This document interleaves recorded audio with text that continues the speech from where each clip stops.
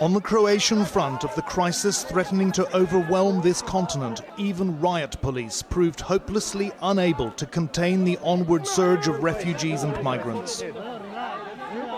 Hours waiting for a train which never came, in blazing heat, with insufficient water and in a total information vacuum, was too much for the multitude who'd streamed across the Serbian border into the European Union in the past 24 hours alone. The desperation here is incredible. They've been pushing women through and manhandling little children over their heads to get them out of this crush. The Croatian government told us that it was ready, it was prepared. It is not. The Croatian police are only just managing to retain control. It's very close to mayhem. What are you telling these people? I'm just telling these people, okay, just sit down and be relaxed. That's all family, it's okay, not like this. This made a problem, okay? I'm told them, all of them will get a bus. It did not calm them. This chaos, the knock-on effect of the closure of the gates to Hungary 100 miles northeast. It's been obvious for days that a new route would open up through the Western Balkans, but somehow no one had expected this. The police have completely lost control here. The refugees and migrants have broken through the line, and this is happening in the European Union. The UN Refugee Agency was nowhere to be seen. The handful of Croatian Red Cross workers were stretched beyond their limits. Women fainted, children became separated from their parents, but police did not use their batons. An Arab man had a heart attack in front of us. Journalists attempted CPR.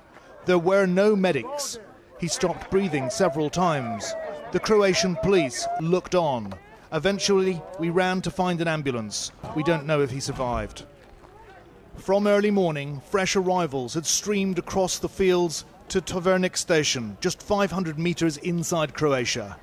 Thousands crowded onto the railway tracks. They'd been told a train was coming to take them to Zagreb. There were Afghans, Syrians and Iraqis. There were Somalis and Eritreans too. Many here acutely aware that in Western Europe, where they're headed, there are large numbers of people who do not want to let them in.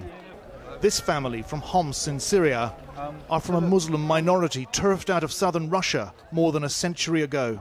The people in Europe, I think they're more civilization that they are. They must think another way, by another way. We are peaceful people. We want to live in peace because we leave Syria to live in peace in Europe. As the temperature rose, so did the frustration. No sign of any train. Croatia's interior minister turned up. Are you overwhelmed? Absolutely, yes. Because this country, in this moment, the figures are very important. During the 9 months, Croatia has 1,500 illegal migrants altogether. We have in these 24 hours 6,500. And you are asking me, are we overwhelmed? Yes, absolutely yes. He said he'd spoken to the UN Refugee Agency to inform them that this was their problem now. The president has asked the army to protect Croatia's frontiers from what he called illegal migration. It was at this point that riot police began shepherding asylum seekers onto buses. And when word spread that this was happening, it caused the stampede at the station. After weeks and sometimes months on the road, this international mass migration is unstoppable. There has been barbed wire and tear gas, water cannon, boat capsizes, thirst, hunger and exhaustion, but they keep on coming and they keep on keeping on.